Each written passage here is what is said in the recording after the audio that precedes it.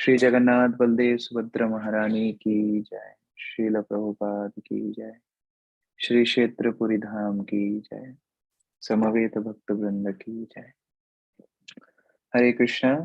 बहुत स्वागत है सभी भक्तों का। और मैं बहुत कृतज्ञ हूँ आप लोगों का कि आपकी कृपा से भगवान जगन्नाथ का स्मरण करने का मौका मिल रहा है। वास्तव में भगवान की लीलाएं, भगवान का प्राकट्य, भगवान का इस धराधाम में आना, ये उनकी विशेष अनुकंपा है, विशेषाति विशेष अनुकंपा है। भगवान गीता में बोलते हैं कि ये भौतिक प्रकृति उनकी भिन्न प्रकृति है। भिन्न प्रकृति अष्टधा, भिन्न प्रकृति उनसे अलग है। अलग भगवान से कुछ भी नहीं है। लेकिन जो जीवात्माएं भगवान से विमुख होती हैं वो भौतिक प्रकृति में रहती हैं। इसीलिए भगवान इस भौतिक प्रकृति की जब सृष्टि करते हैं तो बड़े ही निष्क्रिय जैसे रहते हैं। हाँ। जैसे जब व्यक्ति सोता है तो कैसा होता है? निष्क्रिय होता है ना। तो भगवान कैसे प्रकृति करते हैं? सोते सोते करते हैं, महाविष्णु के रूप में। हम्म। जैसे एक बार एक व्यक्ति को इस्कॉन की पेंटिंग्स भक्त लोग दिखा रहे थे। नया व्यक्ति था। इस्कॉन की पेंटिंग्स की एक बुक आती है जिसमें पूरी पेंटिंग्स होती हैं कृष्ण दर्शन। तो वो पूरी पेंटिंग्स देखने के बाद भक्तों ने उससे पूछा कि तुमको सबसे ज्यादा पसंदीदा पेंटिंग कौन सी लगी? तो बोलता है महाविष्णु की। बोले क्यों? महाविष्णु की पेंटिंग इतनी अच्छी क्यों लगी? बोले देखो, व्यक्ति सो भी रहा है और सारा काम भी हो रहा है, इससे बढ़िया बात और क्या होगी। तो उस तरह भगवान जब भौतिक प्रकृति में अपना कार्य करते हैं तो बड़े निष्क्रिय जैसे करते हैं, मानो उनका कुछ लेना देना ही ना हो। सोते रहते हैं और उनकी शक्तियां सारा कार्य करती हैं। उपदृष्टा अनुमंता च भर्ता भोक्ता महेश्वरा। परमात्मा रूप से भी उपदृष्टा, एक दर्शक के माध्यम से रहते हैं। लेकिन वह भगवान जिनको भौतिक प्रकृति में जरा भी रुचि नहीं है, वह भगवान फिर भौतिक प्रकृति में अवतार लेते हैं। मान लीजिए कोई ऐसा स्थान जहां आपको जाने की बिल्कुल भी रुचि ना हो, फिर भी आप किसी प्रिय मित्र के लिए, किसी प्रिय संबंधी के लिए जाएं, ये प्रेम का लक्षण है। उसी तरह भगवान जो हमसे इतना प्रेम करते हैं, ये जीवात्माएं जो भौतिक संसार में पड़ी हुई हैं उनसे इतना प्रेम करते हैं, उनको प्रेम दर्शाने के लिए भगवान लीला करते हैं।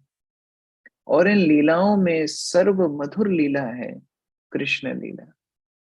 क्योंकि कृष्ण भक्त शिरोमणि है, भक्त वत्सल शिरोमणि है। भक्त वत्सल तो भगवान के सभी अवतार लगभग हैं। जैसे भगवान हिरण्यकशिपु का वध करते हैं, प्रहलाद की रक्षा करते हैं, वो भी भक्त वात्सल्यता है। लेकिन कृष्ण जैसी भक्त वात्सल्यता और किसी अवतार में देखने के लिए नहीं मिलती। ये अपने भक्तों से इतना प्रेम करते हैं कि मानो अपने भक्तों के बिना रह ही नहीं पाएंगे।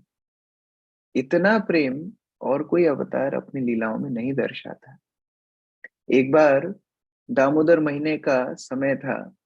और ये जो दामोदर महीना है, ऐसा नहीं कि अभी हम लोग मना रहे हैं, ये बहुत मतलब युगों युगों से भगवान दामोदर की, दामोदर भगवान कृष्ण का नाम है, लेकिन दामोदर एक विष्णु का रूप भी है वैकुंठ में।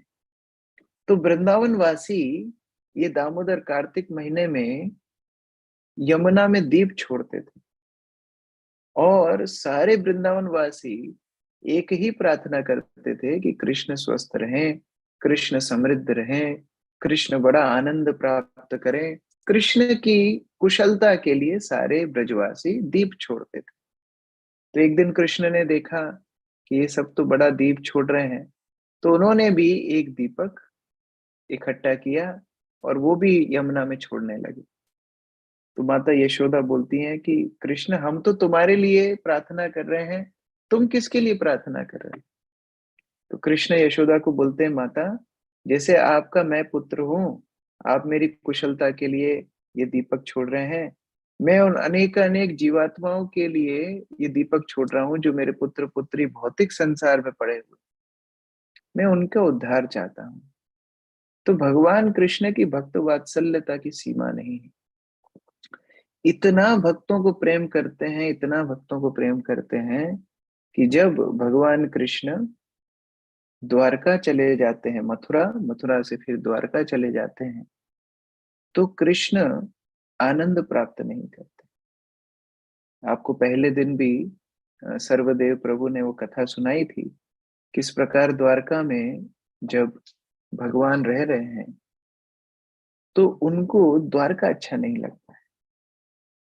द्वारका में सारा वैभव है, द्वारका में सारे मंत्री, नौकर, चाकर, सैन्य बल, रानियां, पुत्र, पौत्र, सब कुछ है, लेकिन वृंदावन नहीं है। तो कृष्ण वृंदावन के स्मरण में खूब रोया करते थे, खूब क्रंदन करते। रात में कृष्ण गोपियों को स्मरण करते, हे ललिते, हे विशाखे, हे राधे, हे चंद्रावली इत्यादि। ये सब नाम लेते लेते इतना रुदन किया करते थे। सारी रानियों को बड़ी चिंता होती थी कि कृष्ण इतने इतने विरह में क्यों हैं, क्या बात है, ऐसा क्या है जो हम कृष्ण को नहीं दे पा रहे हैं। एक दिन माता देवकी भगवान कृष्ण को जब भोग परोसती हैं, भोजन परोसती हैं, तो कृष्ण एकदम भोजन की थाली छोड़ करके उठ करके अपने कक्ष में चले जाते और खूब रुदन करने लगते। तो देवकी को लगता है मैंने क्या गलती की, तो रोज की तरह भोजन लेके आई हूँ, परोसा है, अपने हाथ से बनाया है मेरे पुत्र के लिए, क्या बात हो गई। पीछे पीछे गई, पीछे पीछे जा करके देखा कृष्ण अपनी शैया पर लेट करके खूब रुदन कर रहे हैं। तो देवकी जा करके कृष्ण को पूछती है, कृष्ण क्या हमसे कुछ गलती हुई है, क्या मैंने भोजन में कुछ अभद्रता दिखाई है, क्या बात है, आप क्यों इतना नाराज हैं, क्यों इतना दुखी हैं। कृष्ण बोलते माता आपकी गलती नहीं है, आपने भोजन में बहुत सारे पकवान बनाए और उन पकवानों के बीच में आपने दूध की मिठाई रखी। ये दूध का कोई भी सामान मेरे भोजन में मत रखा कीजिए। बोले क्यों, तुम्हें तो माखन बहुत पसंद है, हमने सुना तुमने, तुम्हें तो दूध का हर सामग्री बड़ा प्रिय है। बोले नहीं माता, जब मैं दूध की मिठाई देखता हूँ, दूध का बना हुआ कोई भी पदार्थ देखता हूँ, तो मुझे मेरी गाय याद आ जाती है। जो वृंदावन में मेरी गाय थी, मैं उनको लेकर के दिन भर घूमा करता था, तो मुझे आप दूध का सामान मत दीजिए। तो देवकी को ये बात सुन के बहुत उत्सुकता हुई, दुख तो हुआ ही लेकिन उत्सुकता भी हुई जानने की कि वृंदावन में ऐसा क्या है कि कृष्ण वृंदावन को भूल ही नहीं पा रहे हैं। रात भर वृंदावन वासियों का नाम लेकर के रोते हैं, भोजन पदार्थ में भी वृंदावन की गाय उनको दिख रही है, हर दिन रात वृंदावन को स्मरण करते हैं। तो उन्होंने निश्चय किया कि हम माता रोहिणी से पूछेंगे। माता रोहिणी बलराम की माता है, और जब कंस ने देवकी और वसुदेव को कारागृह में डाल दिया था, तो माता रोहिणी नंद महाराज के पास रहने के लिए गई थी। तो उन्होंने वृंदावन के सारे दृश्य देखे हैं, सारी लीलाएं देखी हैं। तो माता देवकी और 16,108 पटरानियां भगवान की, सभी के अंदर यही उत्सुकता थी कि वृंदावन में ऐसा क्या है जो कृष्ण वृंदावन को नहीं भूल पाते। तो सभी एकत्र होती हैं और एकत्र होने के बाद माता रोहिणी को बोलती हैं कि आप हमको वृंदावन के विषय में सुनाएं। लेकिन एक समस्या थी।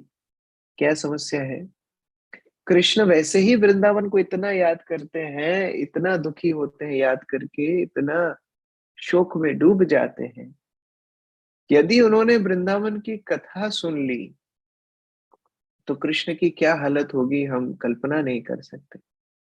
तो फिर क्या करें, उन्होंने बोला कि सीक्रेट मीटिंग करनी पड़ेगी। रानीवास के महल में एकदम अंदर भीतर सीक्रेट मीटिंग होगी, और वहां पर भागवतम क्लास देंगी रोहिणी माता जी, और सभी 16,108 पटरानियां देव की सब क्लास सुनेंगी, लेकिन कृष्ण और बलराम नहीं आना चाहिए। अच्छा, कृष्ण और बलराम को रोकने के लिए क्या करेंगे? बोले पहरेदारों को रखेंगे। पहरेदारों को जब बोला कि आपको द्वार रोकना है, कृष्ण बलराम को आने नहीं देना है, तो सारे पहरेदारों ने मना कर दिया। बोले हमको थोड़ी हमारी जान गंवानी है, साक्षात द्वारकाधीश को रोकने की हमारे अंदर हिम्मत नहीं है। सब ने मना कर दिया। तो अरे अब क्या करें? द्वार पे तो रखना पड़ेगा, नहीं तो अगर कृष्ण बलराम अंदर आ गए, वृंदावन की लीला सुन ली, तो उनकी हालत खराब हो जाएगी। अभी जितना शोक में है उससे ज्यादा शोक में रहेंगे, उनको हम संभालेंगे कैसे? तो फिर निर्णय किया गया कि बहन भाइयों को बड़ी प्रिय होती है और बहन का अधिकार भाइयों के ऊपर बड़ा ज्यादा होता है।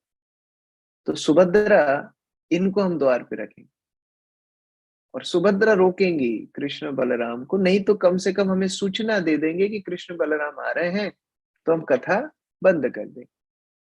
ठीक है, कथा शुरू हुई, सुभद्रा को द्वार पे रखा गया। अब जैसे रोहिणी माता ने वृंदावन की लीलाएं बोलना शुरू की, सारी 16,108 रानियां रुदन करने लगी। देखिए, श्रवण के माध्यम से लीला में प्रवेश किया जाता है। हम अपनी आंखों से क्या देखेंगे? अभी हम एक कमरे में बैठे हैं, दूसरे कमरे में क्या चल रहा है उतना हम नहीं देख सकते। तो जो चिन्मय लीलाएं हैं, भगवान की शाश्वत लीलाओं को हम क्या देखेंगे? लेकिन श्रवण के माध्यम से हम वो अनुभव कर सकते हैं। तो यद्यपि वो 16,108 रानियां वृंदावन में नहीं थी, लेकिन श्रवण की महत्वता को बार बार अपने आप को स्मरण कराना चाहिए। ये माता रोहिणी से श्रवण करके मानो ये सब वृंदावन पहुंच गई, सब के सब कृष्ण प्रेम में रुदन करने लगी। अब सुभद्रा दरवाजे पर जो बैठा होता है उसका एक फायदा होता है, बाहर का भी दृश्य देख लेता है और कथा भी सुन लेता है। इसलिए मंदिर में हम कई बार देखते हैं, कई लोग एकदम गेट के पास बैठते हैं कि कभी लेक्चर बोर हो तो चुपचाप निकल जाएंगे, किसी को पता नहीं पड़ेगा। और अगर अच्छा लगेगा तो सुन तो लेंगे, गेट पे सुनाई तो देता ही है। On the door, on the fence English में जैसे कहते हैं। एनीवे, तो सुभद्रा द्वार पर खड़ी खड़ी कथा सुन रही थी, और जैसे ही कथा सुनी उनकी भी हालत गदगद हो गई, कंठ अवरुद्ध हो गया, नयनों से अश्रु बहने लगे। और राधा रानी की कथा जब आई, राधा रानी का वियोग की कथा जब आई, तो सुभद्रा राधा रानी को स्मरण करते करते करते राधा रानी का वर्ण ही ले लिया। राधा रानी का वर्ण है तप्त कांचन गौरांगी। अगर कंचन को, स्वर्ण को तपाया जाए, पिघलाया जाए, तो राधा रानी की कांति बनती है। कृष्णदास कविराज गोस्वामी बोलते हैं नहीं नहीं, ये गलत है। कुमकुमाक्त कांचनाब्ज, अगर गरम गरम सोने को पिघला करके उसमें कुमकुम डाला जाए थोड़ा, और वो स्वर्णिम वर्ण में जब कुमकुम की लालिमा मिलेगी, तो जो वर्ण बनेगा वो राधा रानी का वर्ण। तो ऐसा वर्ण स्वर्ण जैसा चमकता हुआ पीत वर्ण सुभद्रा का हो गया, राधा रानी को स्मरण करते करते, और आंखों से अश्रुपात करने लगी। इतने में कृष्ण और बलराम आ गए। अब कृष्ण बलराम जब आए, सारी तो कथा अंदर चल रही है, सुभद्रा को बताना था कि कृष्ण बलराम आ गए, रुक जाओ, लेकिन कंठ तो अवरुद्ध है, कथा सुन के बोलने का तो सामर्थ्य नहीं है, अश्रु बह रहे हैं आंखों से, गदगद अवस्था है। ऐसी अवस्था में कैसे कुछ बोल सकेंगे? सुभद्रा कुछ बोल नहीं पाई। अब बोल पाई नहीं, अंदर चेतावनी दे पाई नहीं, तो अपने हाथों को ही फैला करके कृष्ण बलराम को रोकने का प्रयास किया। लेकिन जब कृष्ण बलराम को रोकने का प्रयास किया, कृष्ण बलराम एकदम निकट तो आ ही गए थे, उनको भी वृंदावन का स्मरण, वृंदावन की कथा कानों में चली गई। बस जैसे ही कानों में कथा गई, दोनों की आंखें बड़ी बड़ी हो गई, जैसे कभी हमारी आंखें सूज जाती हैं रोते रोते। दोनों रुदन करने लगे, आंखें बड़ी हो गई। और जगन्नाथ दोनों हाथ फैला करके वृंदावन के वासियों की तरफ दौड़ने की इच्छा करते हैं। यहाँ सुभद्रा को बड़ी आत्मग्लानि हुई कि कृष्ण और बलराम दोनों वृंदावन को इतना स्मरण करते हैं, या वृंदावन की कथा चल रही थी और मैंने हाथ फैला करके उनको रोका, तो उनके हाथ उस ग्लानि से अपने शरीर के अंदर चले गए। इसीलिए ये जो आध्यात्मिक स्वरूप बना जगन्नाथ बलदेव सुभद्रा का, कल प्रश्न में पूछ रहे थे कि कैसे ये स्वरूप आया। ये स्वरूप उस तरह आया कि सुभद्रा के हाथ अंदर चले गए, कि मैंने कृष्ण बलराम को रोका और वर्ण पीत हो गया, क्योंकि राधा रानी का स्मरण हो रहा है, वृंदावन की कथा चल रही है, और आंखें बड़ी हो गई, अश्रुपात करने लगी। और यहाँ बलराम और कृष्ण की भी अवस्था वही, बड़ी बड़ी आंखें, हाथ फैला करके वृंदावन वासियों को आलिंगन करना चाहते हैं, वृंदावन जाना चाहते हैं। तो ये शाश्वत स्वरूप भगवान का द्वारका में वृंदावन के स्मरण में हुआ। और उस प्रकार भगवान जगन्नाथ अपने भक्तों से मिलने के लिए परम लालायित होते हैं। ये भक्तों के भगवान हैं। देखिए, कई तपस्वियों के भगवान हैं, जैसे बद्रिका आश्रम में आप जाएंगे, नर नारायण के रूप में भगवान स्थित हैं, तपस्वियों के भगवान हैं। आप भगवान राम के पास जाएंगे, मर्यादा पुरुषोत्तम है। श्री चैतन्य महाप्रभु जो महावदन्य है, लेकिन वो चैतन्य महाप्रभु को भी सन्यास शिरोमणि, द्विज शिरोमणि बताया गया है। जब छोटा हरिदास से गलती हुई, महाप्रभु खूब कठोर व्यवहार उनके साथ किए, उनका परित्याग कर दिया। लेकिन ये जगन्नाथ सबको स्वीकार करते हैं। ये जगतनाथ नहीं, ये पतितनाथ है, पतित पावन है। तो ऐसे जगन्नाथ सभी की सेवा स्वीकार करते हैं, ये लालायित हैं। देखिए, कभी माता पिता जब बहुत दिन बाद अपने पुत्र पुत्रियों को मिलते हैं, तो उनको रुदन आता है, उनको भाव आता है। उस समय पर बेटे बेटी उनके कुछ गलती भी कर देते हैं, तो माता पिता वो नजरअंदाज कर देते हैं। उसी प्रकार भगवान जगन्नाथ जो अपने भक्तों से मिलने के लिए इतने लालायित हैं, और जब उनके भक्त उनके सामने आ जाते हैं तो उनके दोष नहीं देखते।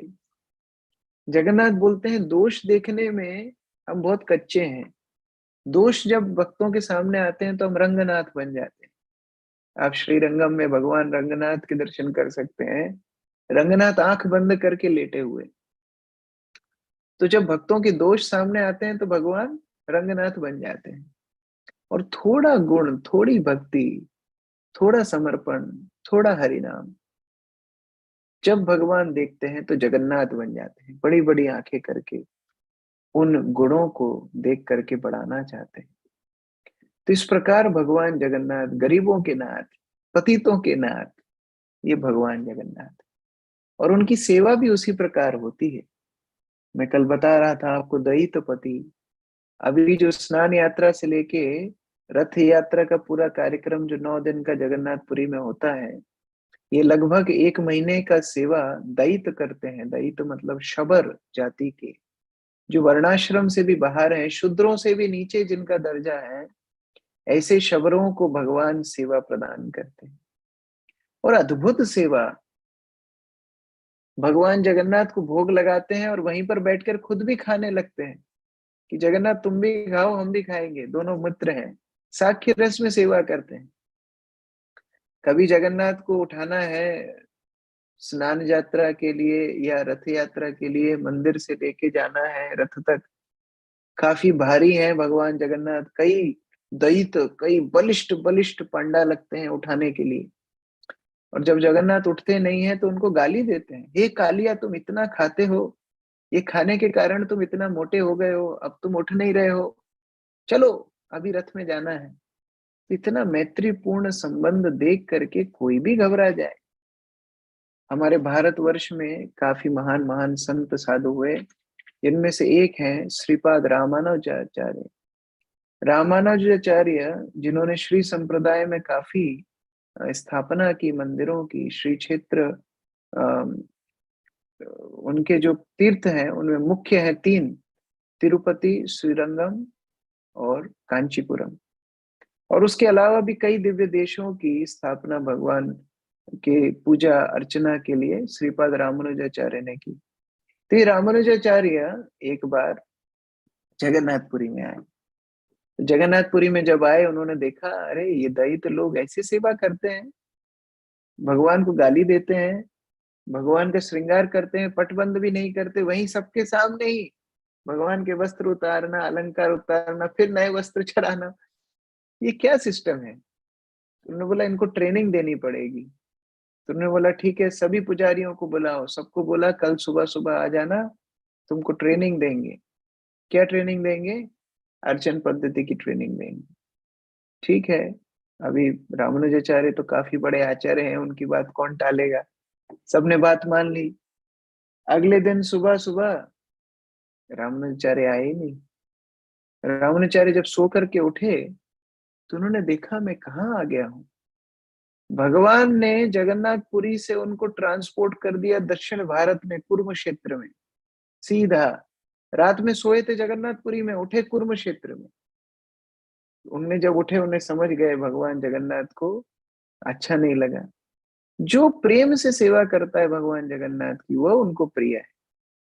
तो अपने दैत्यों को बदलना नहीं चाहते, इतना प्रेम अपने भक्तों से करते हैं। स्कंद पुराण में बताया है, जत्र साक्षात जगन्नाथ शंख चक्र गदाधर जंतुनाम दर्शनात् मुक्ति जो ददाति कृपा निधि। ये जगन्नाथ, जत्र साक्षात जगन्नाथ, ये साक्षात भगवान जगन्नाथ के जो शंख चक्र गदाधर भगवान जगन्नाथ हैं। जन तुम, कोई भी व्यक्ति दर्शनात्, एक बार दर्शन कर ले, मुक्ति यो ददाति कृपा निधि, वो तुरंत भवबंधन से मुक्त हो जाता है। ये भगवान जगन्नाथ का विशेषता है। तो एक बार एक कश्मीरी पंडित था, कश्मीर में रहते थे, उनका नाम था उद्यान आचार्य। ये कश्मीरी पंडित ने ये वाक्य जब स्कंद पुराण में सुना, पढ़ा कि एक बार जो भगवान जगन्नाथ का दर्शन कर लेता है वो मुक्त हो जाता है, तो उनको विश्वास नहीं हुआ। उन्होंने बोला पहली बात तो भगवान, वो निराकारवादी थे, बोले अरे मूर्ति पे विश्वास क्यों करना चाहिए, मूर्ति तो पत्थर होता है। और दूसरी बात, मूर्ति भी अगर बढ़िया होती, सुंदर होती तो देखने भी जाते। अब ये कैसी मूर्ति है जगन्नाथ की, ना हाथ है ना पैर है, अधूरी सी मूर्ति है, इनके दर्शन करने कहाँ जाएंगे। इस तरह उद्यान आचार्य का अपवित्र भाव था। फिर भी उन्होंने बोला चलो परीक्षा करने जाते हैं, देखने जाते हैं कि क्या हो रहा है वहां पर। कश्मीर से चलते चलते चलते चलते चलते चलते जगन्नाथपुरी में आया। अभी भी आप ट्रेन लेंगे तो 2 दिन लगेंगे, पैदल में जब उस टाइम में चल करके आया परीक्षा करने के लिए। भगवान जगन्नाथ बलदेव सुभद्रा के मंदिर में रात्रि में पहुंचा था, पट बंद हो चुके थे। ठीक है, सुबह दर्शन करेंगे। सुबह सुबह नहा धो करके पहुंच गया, और वहां पर पहुंच करके खड़ा हो गया। अब पुजारी जब आए, भगवान जगन्नाथ के पट खोलने के लिए, भगवान के पट ही नहीं खुले, पट बंद, अंदर से भगवान ने लॉक कर लिया। अभी कितना ही चाबी घुमा रहा है पुजारी, वो पट ही नहीं खुल रहा है। पूरा दिन प्रयास करते रहे, बलिष्ठ बलिष्ठ लोगों को बुलाया, भगवान का दरवाजा खुला नहीं। सभी इंतजार कर रहे हैं, ये उद्यान आचार्य भी इंतजार कर रहे हैं, भगवान के पट नहीं खुले। उस पूरा दिन भगवान ने दर्शन ही नहीं दिए। अब पुजारी को बड़ा दुख हुआ। पुजारी भगवान को सब प्रार्थना करते हैं, भगवान क्या त्रुटि हुई हमसे, क्या गलती हुई। और जब इस प्रकार का कोई संकट आता है, उस प्रकार का कोई कंफ्यूजन आता है, तो पुजारी लोग क्या करते हैं, पुजारी लोग भगवान को प्रार्थना करके वहीं मंदिर के सामने सोते हैं, और भगवान जगन्नाथ उनको सपने में आकर के बताते हैं कि क्या गलती हुई। तो पुजारी लोग प्रार्थना करके वहां पर सोए, और रात्रि में जगन्नाथ सपने में आकर के पुजारी को बोलते हैं कि एक व्यक्ति आया है उद्यान आचार्य नाम का, ये उद्यान आचार्य मेरी परीक्षा करना चाहता है। मैं तब तक दर्शन नहीं दूंगा जब तक ये उद्यान आचार्य यहाँ से नहीं चला जाए। किसी को दर्शन नहीं दूंगा, ये जब तक सामने रहेगा किसी को दर्शन नहीं दूंगा। पुजारी उठा, सुबह फिर से भीड़ लगी मंदिर के आगे, उद्यान आचार्य भी आए, कहीं आज पट खोल जाए। पुजारी ने भीड़ में बोला, कोई उद्यान नाम का व्यक्ति है इधर? हाँ, मैं हूँ साहब। आपके लिए जगन्नाथ का एक विशेष आदेश है, सुनाइए सुनाइए। उसको लगा कि कुछ विशेष कृपा मिली है, बोला सुनाइए सुनाइए। बोले नहीं नहीं, अकेले में सुनाइए। नहीं नहीं, सबके सामने सुनाइए।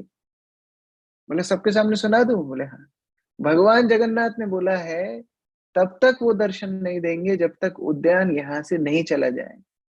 अब जितनी भीड़ वहां लगी थी, वो तो पहले से ही दर्शन नहीं मिला तो बड़ी बड़ी दुखी थी, तो ये तैयार हो गए इसको मारने के लिए। तो उद्यान आचार्य रोने लगा, पैरों में गिर गया कि मैंने ऐसा क्या अपराध किया, भगवान मुझे दर्शन नहीं देना चाहते हैं। उसको तब समझ में आया कि मैं भगवान की परीक्षा करना चाहता था, यही गलती थी। और जब उसने अश्रुपात किए, रोया, रुदन किया, पुजारियों के चरणों में गिरा, तब भगवान जगन्नाथ का कपाट अपने आप खुल गया। तो कोई जोर जबरदस्ती करके भगवान की परीक्षा नहीं कर सकता है। हम लोग प्रार्थना करते हैं, जगन्नाथ स्वामी नयन पथगामी भवतु मे। हे भगवान जगन्नाथ, हमारी दृष्टि के पथ पर आप प्रकट हो जाइए, मतलब हमको अपना दर्शन दे दीजिए। लेकिन जगन्नाथ भी ये प्रार्थना सुन के हंसते होंगे, हमारी आंखें क्या आंखें हैं, इतना बड़ा शरीर, उसमें छोटे से 2 सॉकेट आंखों के, और उसमें भी पलक झपकाते रहते हैं हमेशा। और थोड़ा अंधकार हो जाए तो फिर कुछ दिखता नहीं है, थोड़ी आयु बढ़ जाए, वृद्ध हो जाए तो फिर कुछ दिखता नहीं है। अरे अभी तो आयु बढ़ने की जरूरत नहीं है, बचपन से ही चश्मा लगा होता है, चश्मा उतार दो तो कुछ दिखता नहीं है। तो हम क्या भगवान को देखेंगे? लेकिन भगवान जगन्नाथ की आंखें कितनी बड़ी बड़ी हैं। अगर कुछ प्रार्थना करना है तो बोलिए, भगवान आप हमको देख लीजिए, हम आपकी शरणागत हैं। तो हम जब मंदिर जाएं तो भगवान को देख करके अपनी इंद्र तृप्ति ना करें, हम जगन्नाथ के पास जाएं, हे भगवान मैं आपकी शरण में, अभी आप स्वीकार मुझे कीजिए। ये भक्त का भाव होना चाहिए। ये जगत के नाथ हैं तो हमारा पालन भी करेंगे। तो इसलिए जब भगवान के पास जाएं तो बड़े पवित्र भावना से जाना। ये जगन्नाथ सब कुछ दे सकते हैं। हे कृष्ण करुणा सिंधु दीन बंधु जगतपते, ये जो करुणा का सागर है वो सब कुछ दे सकते हैं। जो वांछा कल्प तरु है, सब कुछ दे सकते हैं। हम भगवान से भौतिक वस्तुएं मांगेंगे, भौतिक दे देंगे, लेकिन जिस दिन भगवान के पास जाकर के बोल देंगे, हे भगवान मैं आपका हूं, बस उस दिन भगवान स्वयं को हमको दे देंगे। एक बार दक्षिण भारत में एक ब्राह्मण था, बड़ा परेशान था, भिक्षा करने जाता है, कोई भिक्षा नहीं मिलती, भूखा प्यासा बीमार, काफी समस्याओं का सामना करना पड़ता था। तो किसी ने उसको बोला, देखो यहाँ तुमको खाने पीने नहीं मिल रहा है, तुम जगन्नाथपुरी जाओ, जगन्नाथपुरी में भगवान जगन्नाथ सबको प्रसाद देते हैं, वहां जाकर के याचना करना, भगवान जगन्नाथ तुम्हारी सारी इच्छाएं पूरी करेंगे। तो दक्षिण भारत से काफी लंबी यात्रा करे, दिनों दिन चल करके आया बेचारा, पहुंचा जगन्नाथपुरी। अब जगन्नाथपुरी में भी वही हाल, उसको कोई भिक्षा ना दे। कुछ तो कपाल में था कि कोई भिक्षा नहीं देता था। फिर भूखा प्यासा बीमार, जर्जर अवस्था हो गई। भगवान जगन्नाथ के पास जाकर के बोलता है, भगवान मैं आपके पास आया हूं फिर भी भूखा हूं, मुझे खाने के लिए चाहिए, मुझे धन चाहिए, मुझे एक स्थान रहने के लिए चाहिए, क्या आप इतना मुझे नहीं दे सकते हैं?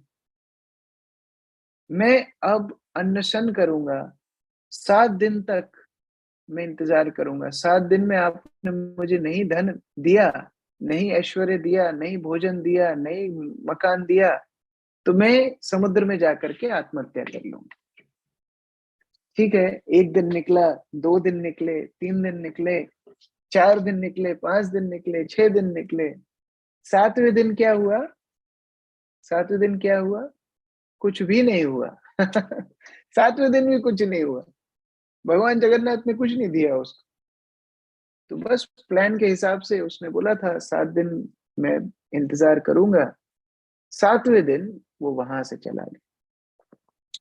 7वें दिन जा करके सीधा गया समुद्र के तट पर आत्महत्या करने के लिए। एक बड़ी सी शिला के ऊपर खड़ा हुआ और वहां से समुद्र में छलांग लगाने के लिए तैयार।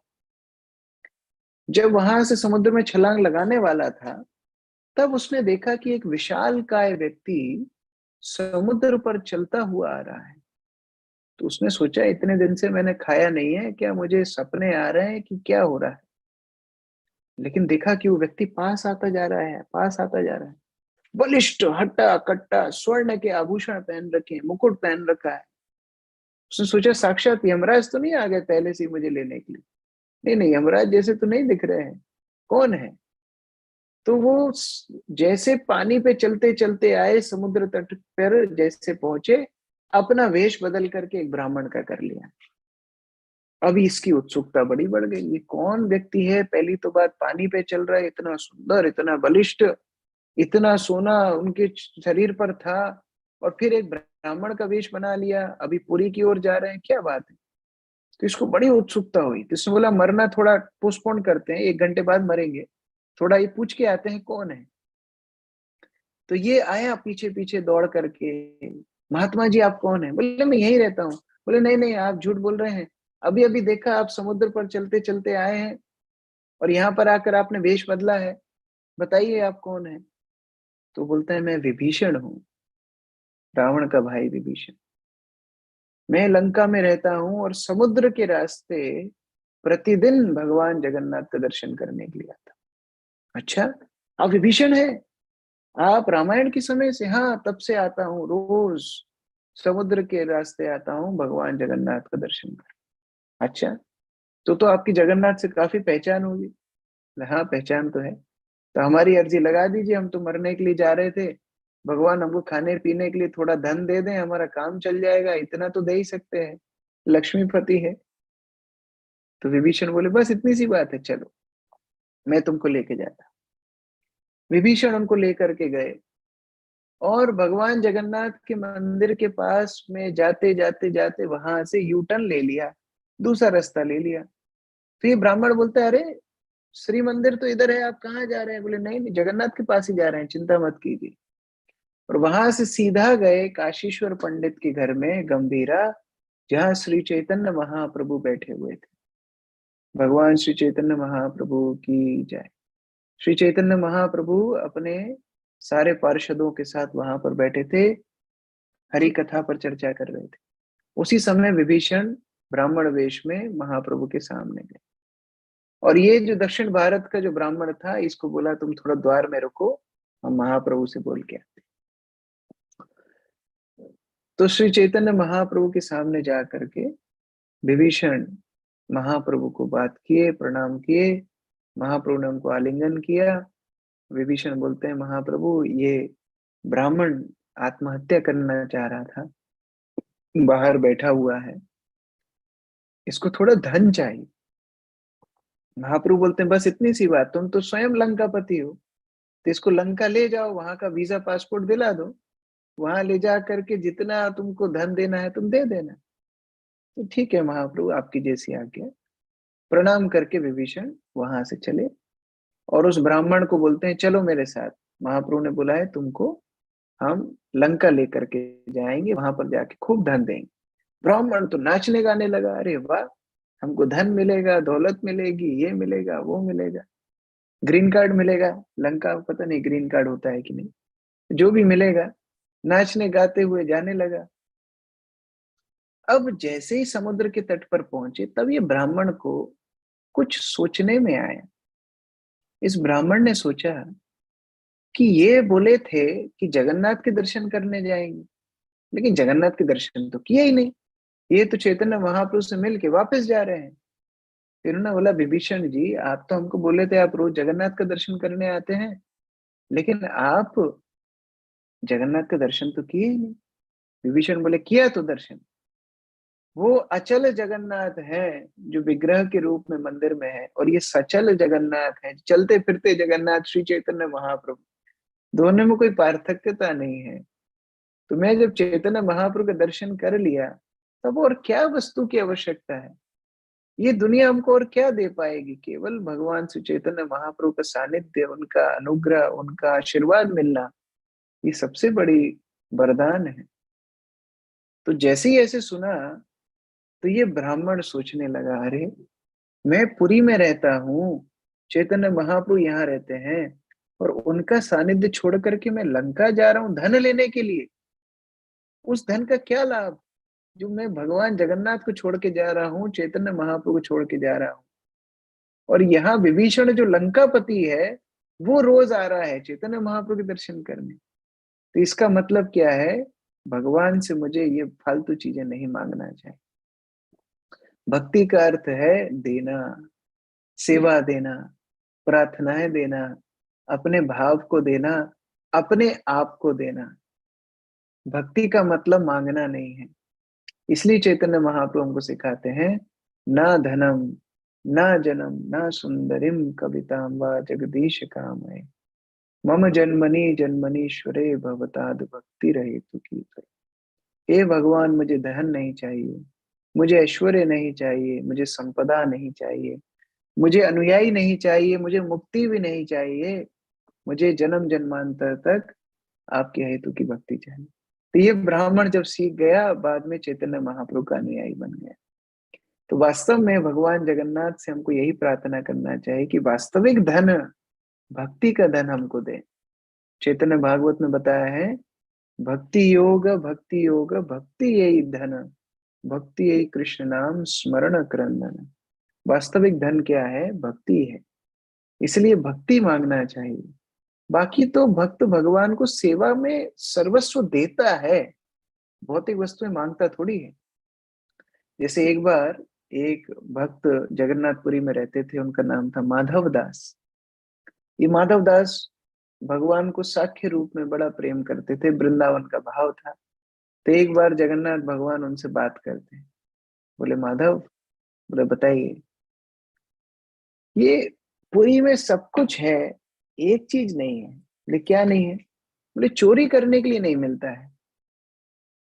तो माधव दास बोले, अरे चोरी, आप जगन्नाथ है, अभी तो बच्चा थोड़ी है। जब बच्चे थे वृंदावन में चोरी वोरी करा करते थे। अभी राजकुमार बन गए, अब चोरी थोड़ी करनी है। अभी चोरी करने का टाइम नहीं है आपका। बोले नहीं नहीं, हमको तो बड़ी याद आती है, हमको चोरी करना है। बोले अच्छा, चोरी करना है, क्या करना है चोरी? बोले कटहल की चोरी करना है। कटहल का सीजन चल रहा है, जैक फ्रूट। तो कटहल का फल खाएंगे, उसकी चोरी करके खाएंगे। बोले अच्छा, मैं ला के दे देता हूँ। बोले ला के नहीं, चोरी करेंगे। ठीक है, कहाँ चोरी करोगे? राजा के बगीचे में चोरी करेंगे। माधव दास ने बोला, अरे राजा के बगीचे, कहीं और चोरी कर लेते हैं। बोले नहीं, राजा के बगीचे में चोरी करेंगे। तुम चलोगे मेरे साथ? हाँ चलूंगा। बेचारा भक्त क्या करेगा, जाना ही पड़ेगा उसको।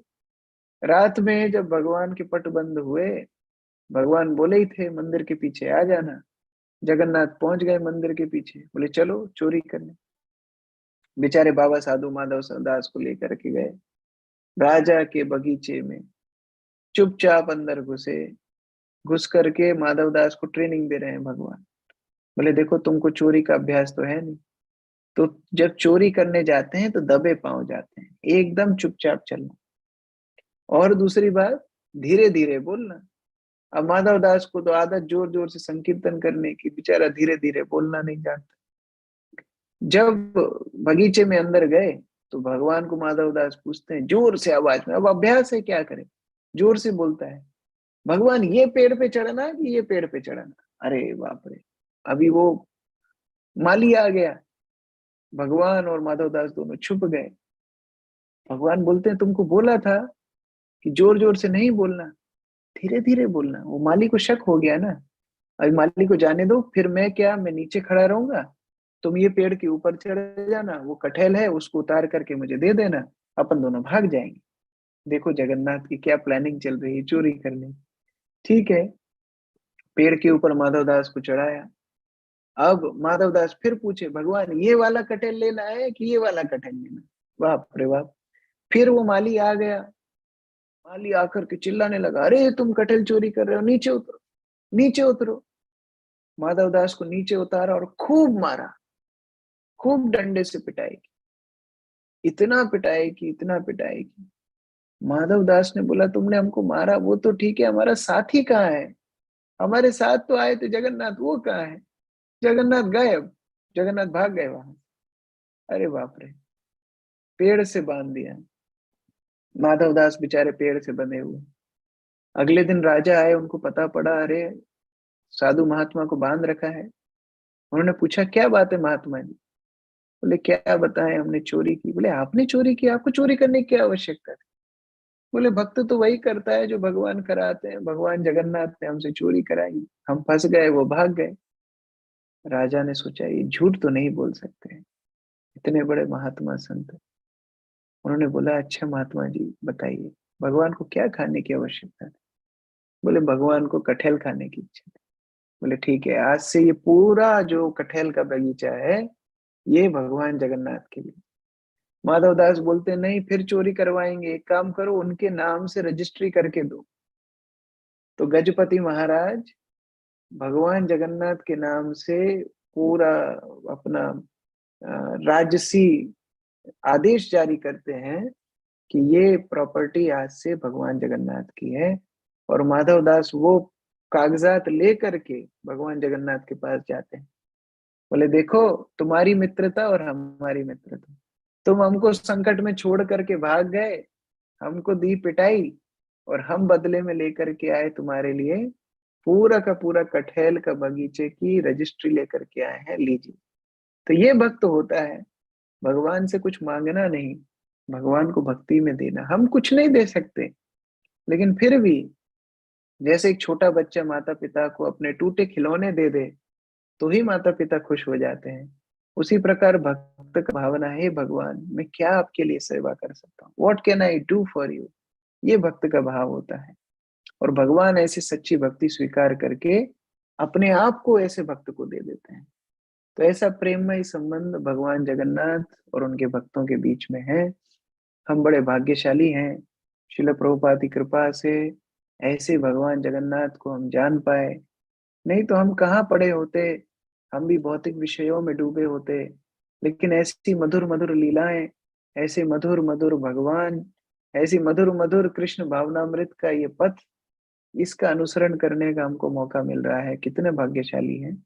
तो इस अवसर को पूर्ण रूप से हमको फायदा उठाना चाहिए और शिल प्रभुपाद के चरणों में प्रार्थना करना चाहिए कि हे शिल प्रभुपाद, आपकी कृपा से हम ये शुद्ध आंदोलन में, आपके कृष्ण भावनामृत आंदोलन में आ गए हैं। अभी बस पूरा जीवन इस आंदोलन में रहें, भगवान के आश्रय में रहें, पर अंतकाल में उनको स्मरण करके ये जीवन को हम त्याग करें। इस प्रकार प्रभुपाद के आश्रय में रहते हुए, भगवान जगन्नाथ के आश्रय में रहते हुए हमारा जीवन चले। हरे कृष्ण। श्री जगन्नाथ बलदेव सुभद्रा महारानी की जय। श्रील प्रभुपाद की जय। समवेत भक्त वृंद की जय। निताई गौर प्रेमानंदे। हरि हरि बोल। हरे कृष्ण। हरी हरी बोल प्रभु जी। बहुत बहुत सुंदर तरीके से आपने आज का भी सत्र दिया और कितने ही सुंदर तरीके से आपने जगन्नाथ जी की लीलाएं समझाई, उसके लिए बहुत बहुत धन्यवाद। प्रभु जी अपने पास समय रहेगा प्रश्न उत्तर के लिए? यस, हम लोग ओके। 5 मिनट ले सकते हैं।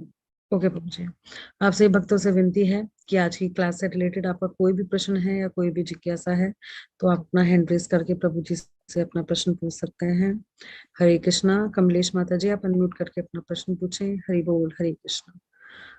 हरे कृष्ण प्रभु जी, दंड प्रणाम। प्रभु जी बहुत सुंदर आपने कथा सुनाई और एकदम वहीं पहुंचा दिया आपने जगन्नाथ जी के पास ही। तो प्रभु जी मेरा क्वेश्चन ये था कि मैंने कभी सुना नहीं एक्चुअली, सुभद्रा महारानी जो थी वो रोहिणी मैया और वसुदेव की पुत्री थी या देव की मैया और उनकी वसुदेव की पुत्री थी? उनके बर्थ के बारे में मुझे कुछ पता नहीं प्रभु जी। सुभद्रा, मुझे भी एक बार चेक करना पड़ेगा किसकी बात, भगवान की वो तो है ही, वसुदेव की पुत्री है ये तो है ही, लेकिन किसकी वास्तव में है ये थोड़ा सा मुझे भी चेक करना पड़ेगा। रोहिणी की है, बलराम की बहन, हाँ रोहिणी और वसुदेव की पुत्री। क्योंकि देवकी और वसुदेव के तो 8 पुत्र थे, और उनमें से कृष्ण, बलराम और बाकी 6 पुत्रों का वध कंस ने किया था। हाँ, रोहिणी और वसुदेव की पुत्री सुभद्रा। जी जी जी प्रभु जी, थैंक यू प्रभु जी। हरे कृष्णा, जय जगन्नाथ। हरे कृष्ण। जय। थैंक यू माता जी। जया माता जी अपना प्रश्न पूछे। हरे कृष्णा। हरे कृष्णा प्रभु जी, धन्यवाद, प्रणाम। धन्यवाद। बहुत ही अच्छी क्लास रही। कल की भी कथा अच्छी थी, आज की भी बहुत अच्छी थी प्रभु ji. Thank you very much प्रभु जी। विभीषण जी तो त्रेता युग में थे, तो महाप्रभु को कैसे मिले? वो तो कलयुग में थे। विभीषण अभी भी हैं। ये कुछ चिरंजीवी हैं जिनको भगवान ने आशीर्वाद दिया चारों युगों में रहने के लिए। तो विभीषण अभी भी हैं, श्रीरंगम में भी जाते हैं पूजा करने के लिए, जगन्नाथ का दर्शन करने भी जाते हैं, तो अभी भी जीवित हैं। जैसे जाम्बवन अभी भी हैं, उसके बाद हनुमान जी अभी भी हैं, अश्वत्थामा अभी भी है। इस तरह कोई चिरंजीवी हैं जिनका अभी भी अस्तित्व है। ठीक है, okay Prabhu ji, thank you. Hare Krishna Prabhu ji, धन्यवाद, प्रणाम। Hare thank you Prabhu ji, thank you माता जी। तो प्रभु जी एक चीज बताइए, मेरे को तो ये पता नहीं था। तो चिरंजीवी हैं विभीषण जी, तो उनको तो जैसे राजपाट दे दिया था ना रावण की मृत्यु के बाद, तो फिर हाँ। उनके बाद वो क्या वनवास में चले गए या भगवान की भक्ति में, श्री राम जी की भक्ति में लगे? कैसे क्या रहा, कुछ है क्या प्रभु इसका उनको पता? लंका में ही निवास दिया है, हाँ हाँ। लेकिन हर व्यक्ति ये दिव्य पुरुषों को नहीं देख पाता है। जैसे मान लीजिए, मुझे अगर आज मेरे देश के प्रेसिडेंट या प्रधानमंत्री को मिलना है, तो उसके लिए तो मुझे योग्य बनना पड़ेगा। तो ये सब अभी भी हैं, वेद व्यास अभी भी हैं, हनुमान जी अभी भी हैं, विभीषण है, भगवान परशुराम हैं, लेकिन इनको देखने के लिए तो योग्यता चाहिए। जब इनकी कृपा होगी तो जैसे वो ब्राह्मण ने देखा, वैसे और भी लोग देख पाएंगे। ठीक है, thank you Prabhu ji, thank you. Tirath Prabhu आप अपना प्रश्न पूछें। हरे कृष्णा। हाँ हरि बोल प्रभु। बहुत ही आनंद आया कथा सुनने का। तो ये जो सुभद्रा पूछ रहे हैं, रोहिणी की बेटी थी, तो ये वो नहीं है जो आ, जो क्या बोलते हैं भाई, होलिका होलिका को दिया, या वो उसको ऐसे मारते हैं, तो वो नहीं है सुभद्रा जब कंस उसको मारते नहीं हैं? या नहीं, देखिए वो सुभद्रा का ही रूप है। हाँ, जब भगवान, वो रूप वही है, लेकिन लीला की दृष्टि से रोहिणी की पुत्री के रूप में सुभद्रा है। यस क्योंकि वो जब पुत्री जो नंद भवन से उठा करके वसुदेव लाए थे, तो हाँ, उनको जब कंस मारना चाह रहा था, वो तो आकाश में चली गई और यस, आकाश में जाके जगदम्बा बन गई, और फिर वो मतलब वो वहां से अंतर्धान हो गई। लेकिन ओके लीला की ओके दृष्टि से सुभद्रा रोहिणी से जन्म ली। ओके। वो अलग thank you Prabhu, thank you. मेरा वो उससे अपने आप आ गया। थैंक यू है। प्रभु। हाँ वो जगदम्बा रूप है, दुर्गा रूप है। भगवान ने उनको आशीर्वाद दिया, आपकी शक्ति रूप में आगे पूजा होगी।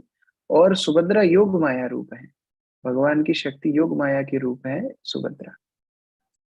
ठीक है, थैंक यू प्रभु जी। नंदकुमार प्रभु जी। हरे कृष्णा। हरे कृष्णा प्रभु जी, दंडवत प्रणाम प्रभु जी। हरे कृष्णा। धन्यवाद। हाँ, बहुत बहुत अच्छी तरह से प्रभु जी 2 दिन आपने कथा सुनाई, बहुत आनंद आया प्रभु जी। मेरा क्वेश्चन प्रभु जी एक है, जानने के लिए कि सभी मंदिरों में समझिए लोग कृष्ण के साथ में राधा जी होती है या रुक्मणी जी होती है, किधर भी कोई विग्रह में नहीं, तो इधर 2 भाइयों के बीच में कृष्ण और बलराम के उसकी बहन सुभद्रा है।